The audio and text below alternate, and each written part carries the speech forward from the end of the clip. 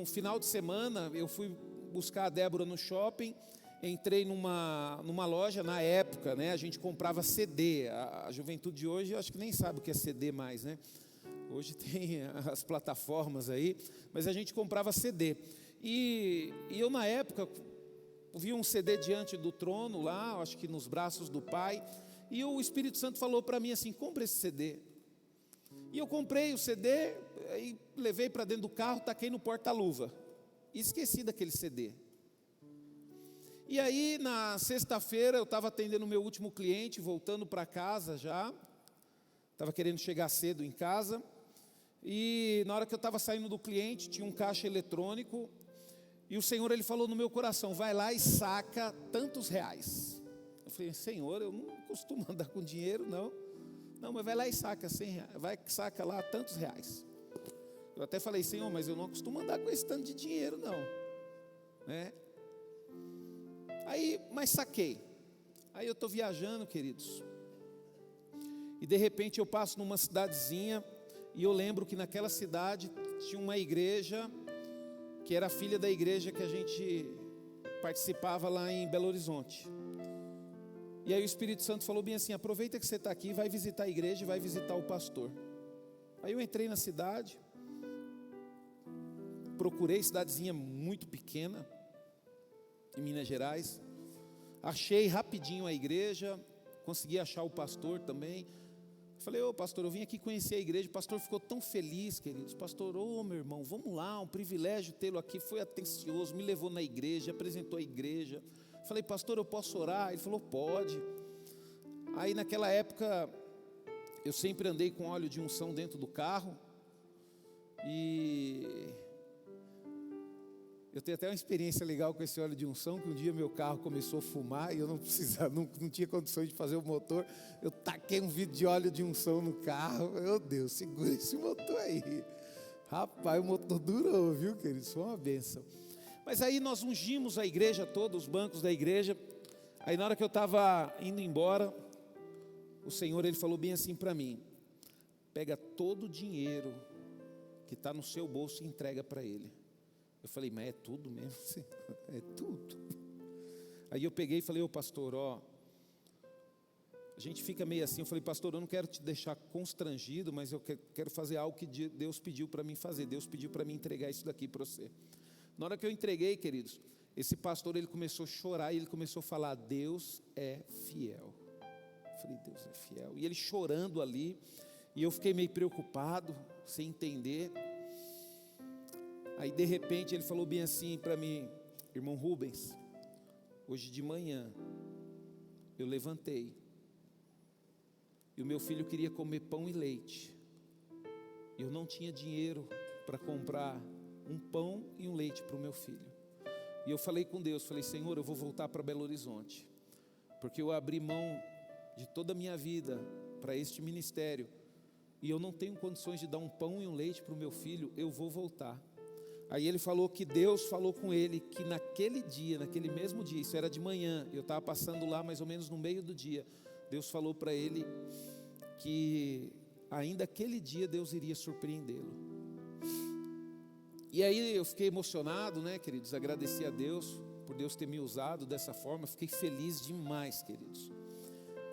Aí na hora que a gente estava se despedindo, o Espírito Santo falou no meu coração assim, né? Aí a esposa dele já tinha ido lá se encontrar com a gente. Aí Deus falou bem assim: sabe aquele CD que você comprou lá? Entrega para a esposa dele. Aí eu falei: amém, Senhor.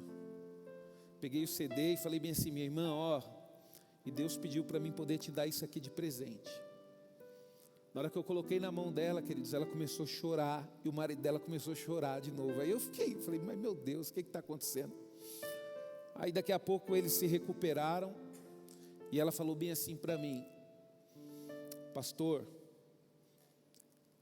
esse final de semana que passou, esse último final de semana, ela falou mais ou menos o horário, era o horário que eu estava no shopping lá, que eu fui buscar minha esposa. Ela falou bem assim: eu entrei numa loja, meu marido ficou preocupado comigo, na hora que ele me viu segurando esse CD na mão. Ele falou bem assim: amor, mas a gente não pode comprar. Aí ela falou: não, mas eu não estou comprando, eu estou pegando na mão para mostrar para Deus o que eu quero. Sabe, queridos? Às vezes, queridos, para vocês pode ser uma coisa pequena, mas isso marcou a minha vida porque Deus, Ele me usou para fazer uma proeza. Sabe, queridos, para fazer uma coisa grande. E eu fiquei tão feliz com isso, queridos. E é isso que eu quero ministrar aqui nesta noite. Nós servimos um Deus, queridos, que Ele está usando. A igreja, queridos, ela é movida por pessoas anônimas. Pessoas que não querem ser reconhecidas. Tem irmãos, queridos, aqui nessa igreja que já chegou para mim e já fez assim algo maravilhoso para mim, falando: pastor, eu quero ajudar fulano de tal, está aqui, pastor, entrega para ele, mas não fala quem deu. Sabe, queridos, e eu louvo a Deus por isso.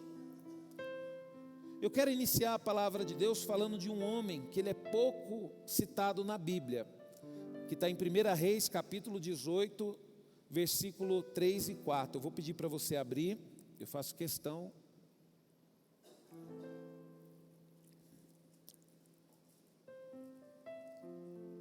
De você abrir 1 Reis, capítulo 18,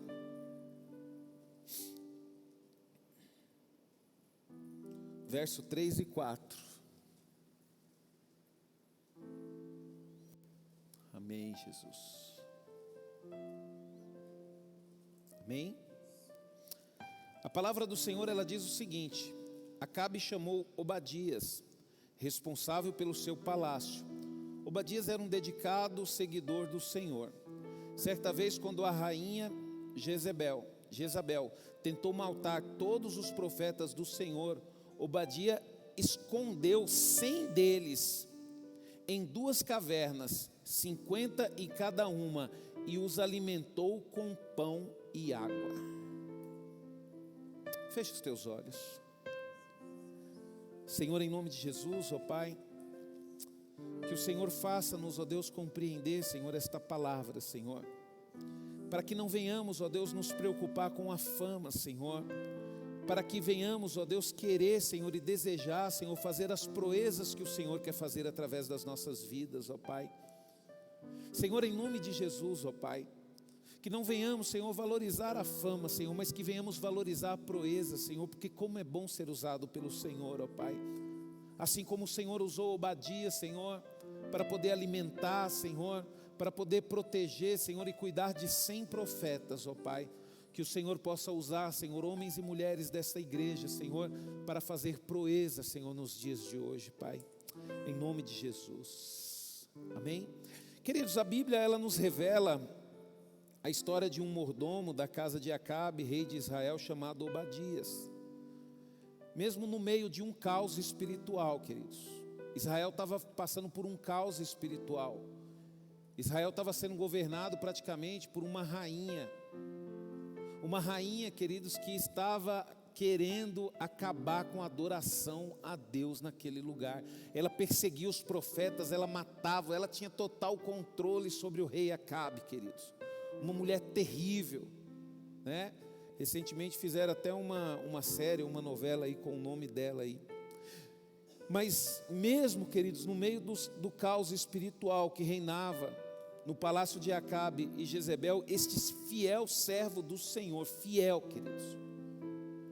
Obadias era um fiel servo do Senhor, e você vai entender isso daqui lá na frente, sabe? Esse fiel servo do Senhor mantinha-se firme e temente a Deus. Além de evitar, queridos, o assassinato covarde de muitos profetas do Senhor, planejado pela maligna Jezebel. Então ele se mantinha fiel e ainda, queridos, protegeu os profetas do Senhor.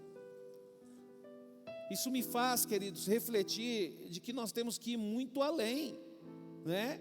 Muito além. Ah, pastor, mas eu venho na igreja. Ah, mas eu sirvo ao Senhor. Queridos, Obadias também fazia isso. E além disso, queridos, corria o risco de perder o seu cargo, de perder até mesmo a sua própria vida, cuidando daqueles homens de Deus. Você já parou para pensar, queridos, que Deus, Ele quer te usar de uma forma sobrenatural, te prosperar de uma forma sobrenatural, para que você possa cuidar de outras pessoas? Né? Fala com Deus assim, fala: Senhor, me usa dessa forma. Deus, Ele vai te usar, queridos, Ele vai te prosperar, Ele vai te abençoar. Ele vai te abençoar. Sabe, queridos, da mesma forma que Obadias, mordomo de Acabe, muitos servos de Deus anônimos realizaram proezas através da história, que só a eternidade vai revelar. Queridos, é lógico que a gente olha para a palavra de Deus, a gente vê a vida de João, a vida de Pedro, a vida de Paulo, A gente conhece esses discípulos, queridos, mas na história, queridos, teve homens que fizeram muito mais proezas pregando o evangelho, ensinando, pessoas, queridos, a qual a história não identificou, pessoas que nós não conhecemos, que um dia nós vamos conhecer na eternidade, que fizeram muito mais do que esses homens fizeram. Quantas pessoas anônimas, queridas, foram jogadas no Coliseu, foram devoradas por leões, foram brutalmente assassinadas, porque simplesmente fizeram o que Obadias fizeram. Começaram a propagar a bondade. Deixa eu falar um negócio para vocês, queridos. Quando você lê a história em Roma, todo mundo acha que Roma foi uma época da história, uma civilização, como é que se diz? Uma civilização moderna. Não, queridos, Roma era terrível. Deixa eu te falar um negócio para você. Você sabe que o mundo, queridos, antes do século XVIII, o mundo ele começou a explodir em quantidade de pessoas, a revolução industrial, o avião foi inventado há pouco tempo. O mundo ele começou a explodir assim praticamente em desenvolvimento depois do século XVIII. Depois do século XVIII, pouco tempo atrás, queridos. Você sabia que durante muito tempo, enquanto Roma dominava, queridos, eles não tinham o controle de filhos, não tinha os remédios, a evolução científica que tem hoje. Então as pessoas se relacionavam e tinham filhos, só que é o seguinte, tinha uma prática que eles faziam lá, que era natural. Por exemplo, uma família. A família, o cara, ele queria ter uma filha mulher e um filho homem, só isso. Aí de repente nascia a primeira filha mulher, aí vinha o segundo filho, era uma menina, eu não quero. Simplesmente, queridos, eles iam e abandonavam. Tinha um muro pelas cidades de Roma, tinha um muro que chamava o Muro das Crianças, que era um muro onde essas pessoas abandonavam os bebês e deixava lá para morrer. Se alguém quisesse pegar, pegava. Se um animal quisesse devorar, devorava. Fora que isso era na cidade, mas eles abandonavam as crianças nas florestas. Não tinha, queridos, esse amor. E o que aconteceu com a igreja, queridos? Por que a igreja começou a crescer? Porque a igreja primitiva, queridos, conforme eles foram conhecendo Jesus, o que acontecia, queridos? As pessoas abandonavam essas crianças, a igreja ia lá e adotava essas crianças. E aí começou os orfanatos, começou esse monte de coisa boa que a gente vê hoje relacionado a crianças. Então, queridos, quantas crianças foram salvas por pessoas anônimas? Quantas crianças que foram entregues? Isso eu estou falando para vocês das crianças. Vocês não têm noção o que eles faziam com os idosos. Coisa terrível, queridos. Por isso que o mundo, queridos, ele começou a melhorar depois que Jesus Cristo nasceu. Deixa eu te falar um negócio para você. Tem muito intelectual aí em universidade que não crê em Jesus, e fica criticando a gente que é cristão, não tem? Uns espertão aí. Mal sabe eles que só existe universidade hoje por causa da igreja, que foi uma preocupação que os servos de Deus tinham em ensinar as pessoas a lerem e escrever, e aí eles começaram a desenvolver esse modelo de ensino em massa, porque antes da igreja, queridos, era só as pessoas mesmo da nata para poder ter uma educação. Então, queridos, o mundo, eles não valorizam a igreja porque eles não têm noção do que a igreja fez na história da humanidade, da evolução que a igreja, que Jesus trouxe para esse mundo, sabe? Então, queridos, eu vejo isso, eu vejo muitas pessoas anônimas, aqui mesmo, queridos, na igreja, queridos, durante essa obra, cada experiência maravilhosa. Eu lembro, queridos, que teve uma vez que o Irineu chegou para mim e falou: pastor, ó, teve um irmão que abençoou a gente aí, ó, com um negócio grande aí, mas ele falou que não era para falar para o senhor quem era, porque ele não quer aparecer. E aí, queridos, eu comecei a descobrir isso, eu comecei a falar com o Senhor: Senhor, esse negócio de ser famoso não está com nada não, o bom mesmo é fazer proezas. Então eu não ligo, Senhor, se eu vou ser famoso, se eu não vou, eu quero ser usado para o Senhor para fazer proezas. Sabe, queridos, Obadias, ele temia muito ao Senhor. O próprio nome, olha o nome que significa, Obadias significa servo de Deus, servo de Yahvé, ou adorador do Senhor. Quando nós olhamos a palavra de Deus, existe outros Obadias, queridos, mencionados na Bíblia. O mais conhecido é o profeta. Eles não são a mesma pessoa, né? Tanto que lá em Obadias 1:1 diz assim, ó: numa visão o Senhor, o soberano, mostrou a Obadias o futuro da terra de Edom, sabe? Mas, queridos, esse mordomo fiel do rei Acabe é daqueles personagens bíblicos pouco citados, mas que realizaram grandes coisas. O próprio Obadias declarou a Elias que temia ao Senhor desde a sua mocidade. Olha só o que a palavra de Deus diz em 1 Reis, capítulo 18, verso 12. Mas no momento em que eu deixar o Senhor, não sei para onde o Espírito do Senhor vai levar o Senhor. E quando Acabe vier e não encontrar, ele me matará. No entanto, toda a minha vida tenho sido seu servo e tenho adorado ao Senhor. E quando nós olhamos, queridos, para isso, a própria palavra de Deus menciona e nos garante que o temor do Senhor é o princípio da sabedoria, né? É um grande mandamento geral das Escrituras. Tem estudiosos, queridos, que acreditam, e eu sou um dos que acredita, que esse homem aqui, queridos, ele morreu e ele deixou uma viúva e deixou os seus filhos. E tem uma linha na teologia que diz, queridos, que ele deixou essa dívida. Por quê? Porque ele sustentou os profetas do Senhor. Por isso que aquela viúva, quando ela correu o risco de ter os seus filhos se transformado em escravos por causa de uma dívida, ela conversou com um profeta, ela clamou o profeta, e o profeta a abençoou e o azeite multiplicou. E ela vendeu o azeite, queridos, e a venda daquele azeite quitou a dívida do marido dela.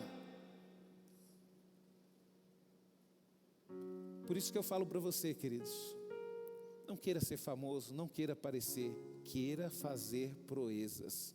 Porque se você for um homem e uma mulher que faz proezas no reino de Deus, Deus, ele vai cuidar da sua vida, ele vai cuidar da sua geração, ele vai cuidar dos seus filhos. Então Obadias, ele temia ao Senhor. A palavra de Deus em Provérbios 9:10 diz: o temor do Senhor é a chave da sabedoria, e o conhecimento do santo é a verdadeira compreensão da vida.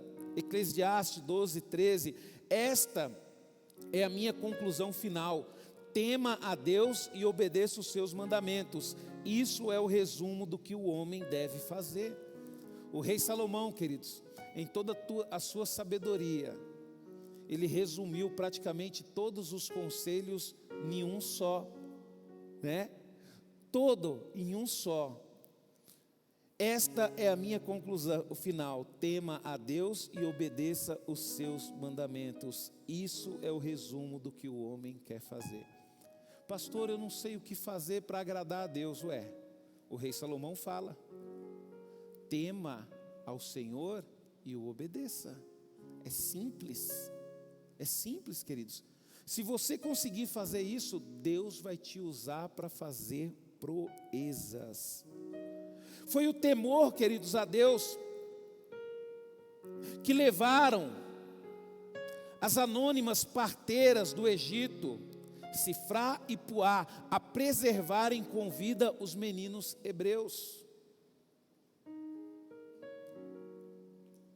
Quando o faraó, queridos, ordenou que todas as crianças, todos os meninos hebreus que nascessem, fossem mortos, a primeira coisa que ele fez: espera aí, como que essas crianças nascem lá no meio do povo? E foi falado para eles, falou bem assim: não, lá no meio do povo as mulheres, elas são fortes, elas não têm problema para dar à luz não.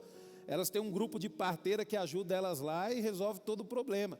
Aí conversou com as parteiras, falou para as parteiras, é para matar todo bebê homem que nascer. E essas parteiras, queridos, por temor ao Senhor, fez uma proeza, preservou a vida de muitas crianças, muitos homens que nasceram naquela época.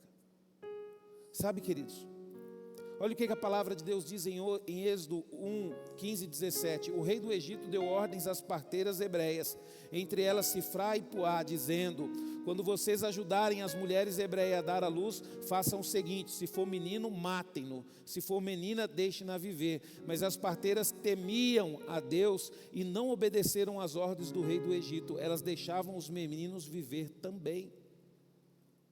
Sabe, queridos, eu não sei o que você está fazendo da sua vida, mas você pode ter certeza de uma coisa: se você é uma pessoa que teme a Deus, você está lutando contra o sistema. Então a sabedoria do homem, queridos, é temer ao Senhor. O temor do Senhor, queridos, é o grande tesouro do homem. Em Isaías 33, 6 diz: haverá segurança para Jerusalém, uma grande riqueza de salvação. Uma grande riqueza de salvação. Eita, deu bug aqui. Fechou tudo aqui, queridos.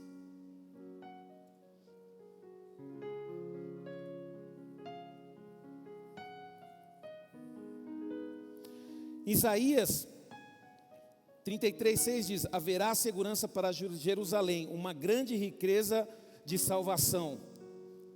Haverá sabedoria e conhecimento. O temor do Senhor é o tesouro mais precioso que o seu povo tem. Queridos, o que nós temos mais precioso é o temor ao Senhor. Pastor, como é que eu vou saber que eu temo ao Senhor? Simples, quando você está disposto a tomar uma decisão. Você fica com medo de desagradar a Deus e faz aquilo que é certo, não o que você quer. Pastor, é exatamente o que acontece na minha vida. Parabéns, você é uma pessoa que teme ao Senhor. Não, pastor, é o contrário, pastor, eu não consigo resistir à tentação, pastor. Eu faço o que eu quero. Meus sentimentos, você é uma pessoa que não teme ao Senhor. Sabe, queridos, a palavra de Deus, queridos, ela fala algo maravilhoso sobre o temor ao Senhor. Por que Deus, queridos, revelava coisas maravilhosas para Moisés? Porque ele temia o Senhor.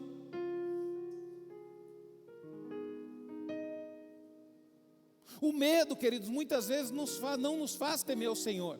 Quando Moisés foi apresentar o Senhor para o povo de Israel, e na hora que o Senhor começou a falar, e raio e trovão para lá, queridos, o povo ficou com medo. Não, Moisés, fala você com Deus e nós não. Eles não quiseram temer ao Senhor, queridos. Porque eu vou falar um negócio para você, queridos.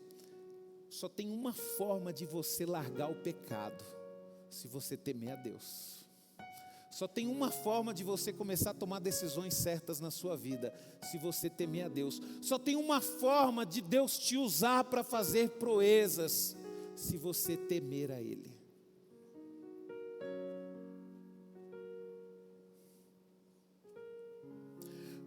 E eu falo isso, queridos, porque se as pessoas temessem mais a Deus, muitas tragédias e injustiças contra as inocentes seriam evitados.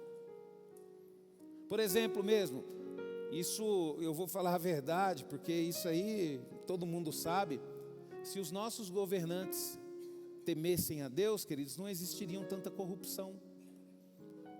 Porque quem conhece o Senhor sabe que corrupção não agrada a Deus. Então, queridos, muitas pessoas deixariam de morrer nos hospitais. Teria possibilidade de salvar mais pessoas, mais crianças. Por quê? Porque eles não iriam se corromper e iriam investir tudo para o bem da população. E é por isso que eu falo para você, estamos chegando numa época de campanha, sabe? E eu vou começar a fazer campanha política da minha forma. Pastor, qual a forma que eu faço campanha? Você é uma pessoa que teme a Deus? Vote numa pessoa que você tem convicção de que tema a Deus. Ah, pastor, mas é meu amigo. Mas é isso, porque quando você vota numa pessoa, você valida aquela pessoa para representar você na administração pública da sua cidade, do seu estado, até mesmo do seu país.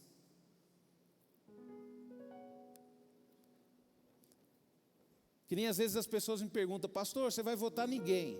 Em quem? E por quê? Às vezes eu falo: ah, pastor, mas eu nem vou votar no fulano não vai ganhar. Eu falei bem assim, para mim não importa se vai ganhar ou não, o que importa é o meu voto, é quem eu validei. Isso é o que importa é a minha consciência. Então, queridos, tema ao Senhor e tome a decisão correta. Hoje nós temos a internet, uma ferramenta maravilhosa. Você pode pegar o nome do seu candidato e digitar lá, queridos, vai aparecer tudo. Vai aparecer tudo. Então busque, faça isso, queridos. Valide uma pessoa que tema ao Senhor. A palavra de Deus diz: servi ao Senhor com temor e alegria, e alegrai-vos com tremor, né? Salmo 2,12, né? Sirva ao Senhor com temor, respeitem a Deus e faça dele a sua fonte de alegria. Ajoelhem-se diante do Filho e beijem os seus pés até que chegue o dia da ira do Senhor e vocês sejam todos destruídos. Cuidado, isso vai acontecer muito mais depressa do que vocês pensam, porém as pessoas que confiam nele serão felizes, muito felizes. Deixa eu te falar um negócio para você, queridos. A vida está passando e vai chegar um dia que nós vamos enfrentar a dificuldade, mas a Bíblia nos garante que se nós confiarmos no Senhor, nós vamos ser felizes, muito felizes.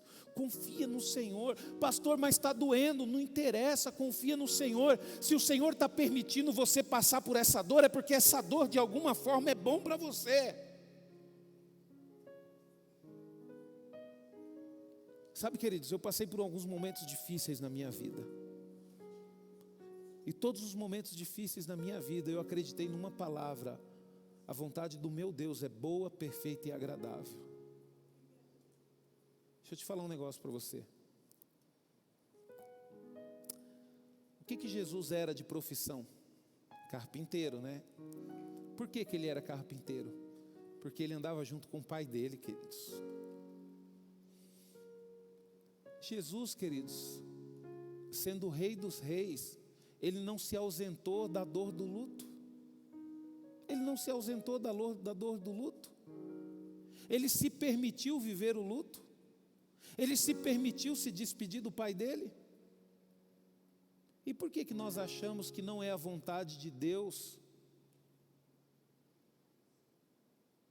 quando nós passamos por uma situação dessa? Eu falo isso, queridos, com alegria no meu coração, porque hoje nós temos um amigo aqui na igreja que veio nos 2 cultos hoje, que estava aqui na sexta-feira, pregou, e ele está vivendo essa dor de um luto.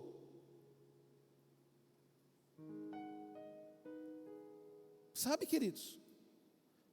Eu sei que é difícil, queridos, dói, é difícil.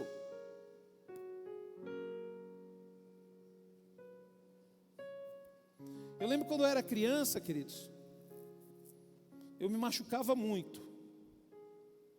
E teve um dia que eu estava brincando no quintal e eu pisei numa roda de carrinho, uma armadilha, e a rodinha do carrinho entrou no meu pé, entrou por baixo e saiu assim no tornozelo.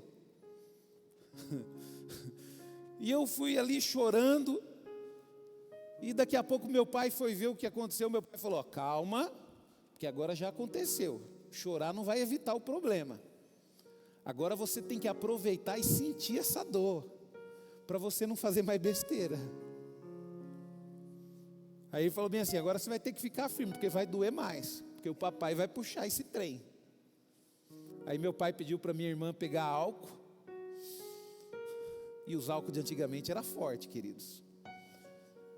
Meu pai colocou dentro de uma bacia, e colocou meu pé bem no meio do álcool, e foi lá e puxou aquela rodinha, queridos. Aí meu pai falou bem assim: já que você está sentindo dor, aproveita.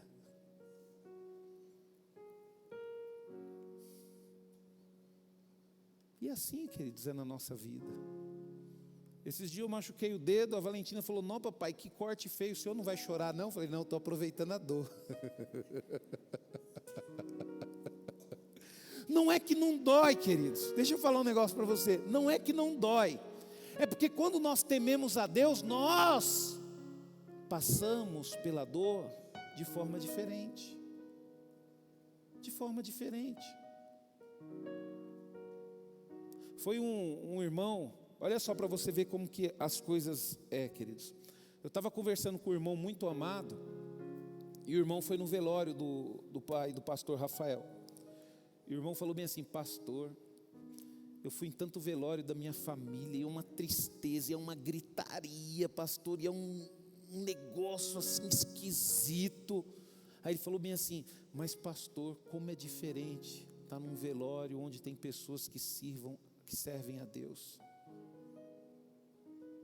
Como é diferente, sabe? Tem uma palavra de conforto, tem um louvor. Como é diferente, tem uma paz, é uma paz que não dá para explicar.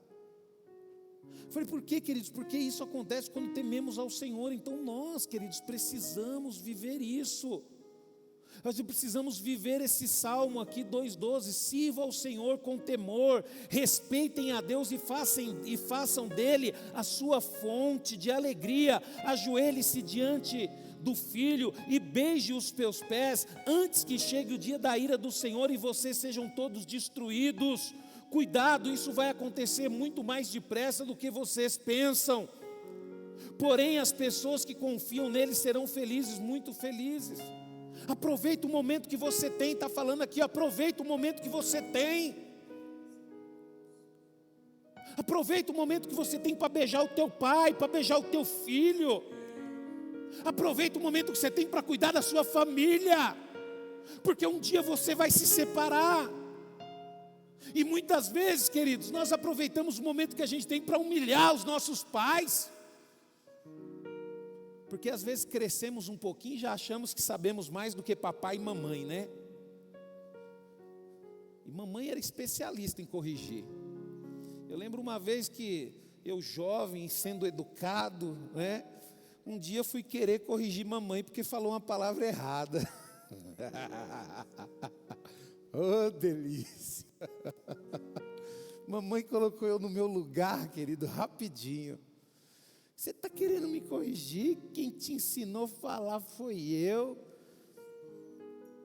Usava fralda, não sabia nem se limpar, eu que te limpei. E agora você acha que você é quem? Ei, deixa eu te falar, você jovem que gosta de corrigir teu pai e a tua mãe, acha que você é mais do que eles, né? Um dia precisou limpar você e foi teu pai e tua mãe que te limpou, viu? Quem ensinou teu pai e tua mãe quem ensinou você a falar as primeiras palavras foi papai e mamãe. Então cuidado, viu? Respeite papai e mamãe, viu? Um dia você pode até se formar em medicina, mas vai ter que ter o mesmo respeito e cuidado com papai e mamãe, porque é um mandamento da palavra de Deus, honrar o teu pai e a tua mãe para que tudo te vá bem e os seus dias sejam longos na terra. Sabe, queridos?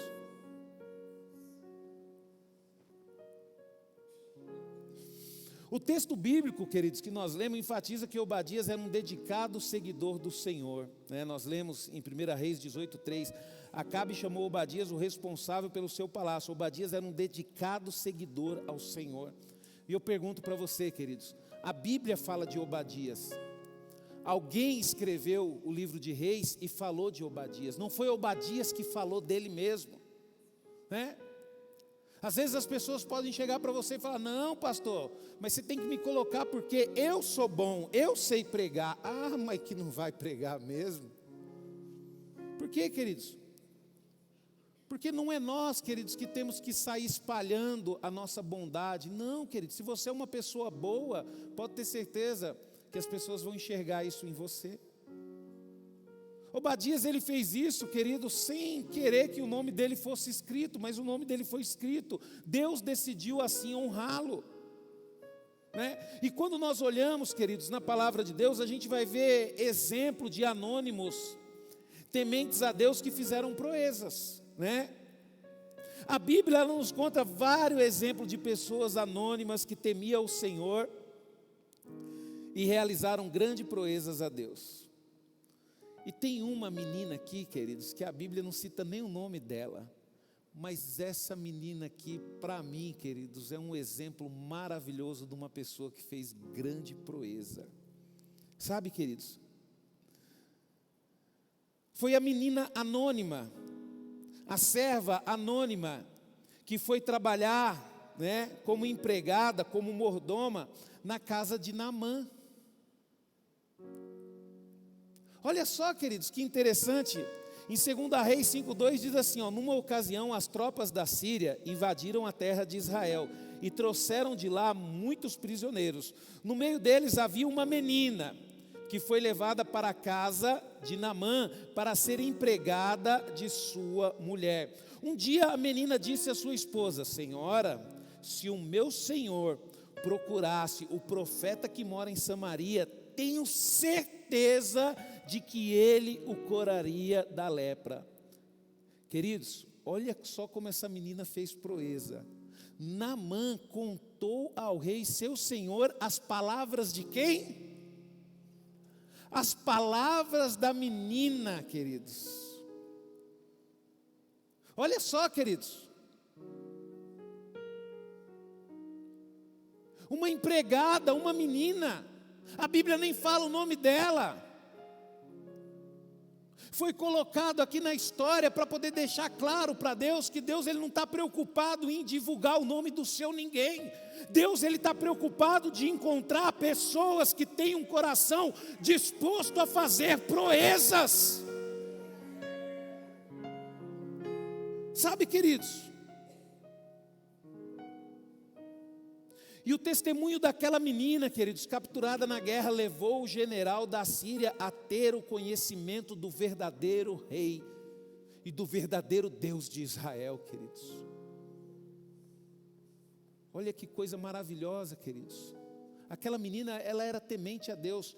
Eu tenho certeza que se ele fosse até o profeta que mora em Samaria, ele seria curado. Mas lepra não tinha cura, mas não tem problema. O Deus do nosso povo, o Deus do profeta Eliseu, é poderoso para fazer infinitamente mais. Deixa eu fazer uma pergunta para você. Eu tenho certeza que Deus já fez muitas proezas através de muitas vidas aqui, queridos. A Bíblia também, queridos, ela revela um grande feito, né? Que o anônimo Ebed-Meleque, eunuco da casa do rei Zedequias, fez quando salvou o profeta Jeremias de perecer dentro de um poço de lama. Olha só, queridos, um eunuco. Às vezes, queridos, você não é importante, e nem é o objetivo de Deus fazer isso, mas o objetivo de Deus é fazer você influenciar pessoas importantes. Eu não sei se você entendeu, eu espero que você tenha entendido. Por quê, queridos? Porque se você, queridos, for colocado num lugar, numa posição, Deus deu uma pessoa importante para ser seu amigo, é porque Deus quer te influenciar. E foi dessa forma, queridos, a igreja começou a participar de forma maravilhosa na mudança do sistema mundâneo. Pessoas que influenciaram grandes governantes, que criaram leis, que aboliram a escravidão, queridos. Tudo isso foi por causa da igreja, foi por causa da influência da igreja. Teve um imperador, queridos, eu não lembro o nome desse imperador, que ele falou o seguinte: nós precisamos mudar as leis de Roma, porque a igreja cuida melhor dos cidadãos do que nós, o governo. E é isso que Deus quer, queridos, Deus quer fortalecer a igreja. Só que o problema é o quê? A gente joga toda a carga nas costas do governo. Não, queridos, é nós como igreja, nós temos que cuidar das pessoas, nós temos que ser bênção na vida das pessoas. Sabe, nós temos que ser bênção na vida das pessoas, queridos. Olha só o que a palavra de Deus diz em Jeremias 38, 7 e 10. Quando Ebed-Meleque, o etíope, responsável pelas esposas do filho do rei Zedequias, soube que Jeremias tinha sido jogado dentro do poço, correu até o portão de Benjamim, onde o rei estava julgando um caso, e lhe disse: Ó rei, meu senhor, disse ele, seus oficiais fizeram uma coisa muito má, jogaram Jeremias dentro do poço, lá dentro ele vai morrer de fome, porque já não há pão na cidade. Então o rei ordenou a Ebed-Meleque, o etíope, leve 30 homens sobre as suas ordens e tire o profeta Jeremias de dentro do poço antes que ele morra. Olha só, queridos, o próprio rei que mandou prender, através de um dos seus servos, queridos, voltou atrás e mandou soltar. Ebed-Meleque, queridos, foi abençoado. Deus o livrou da morte quando os babilônios vieram, e Deus o protegeu e cuidou dele, queridos. Então por isso que eu falo para você, se você tem a oportunidade de fazer o bem, faça o bem, queridos, faça o bem, faça o bem. Deus, queridos, está usando pessoas anônimas em todo o mundo para realizar proezas, e Deus vai continuar usando. Só que você tem que querer isso, desejar isso. Às vezes a gente se preocupa muito com o que acontece dentro da igreja, e a gente não concorda com isso, e não concorda daquilo, e se intromete nisso, e se intromete naquilo, e já não respeita mais, e quer se intrometer no louvor, e quer se intrometer no ministério pastoral. Como é que Deus, queridos, vai fazer proezas através da sua vida, se você não consegue nem respeitar as pessoas que Deus levantou? Se você não consegue temer ao Senhor? Deus procura pessoas, queridos, que têm um coração sincero, pessoas que temam a Ele, pessoas cuja mídia não mostra e nem valoriza, a mídia não valoriza. Essas pessoas, queridos, estão empreendendo em grandes coisas para Deus ao redor do mundo, e somente naquele grande dia será revelado.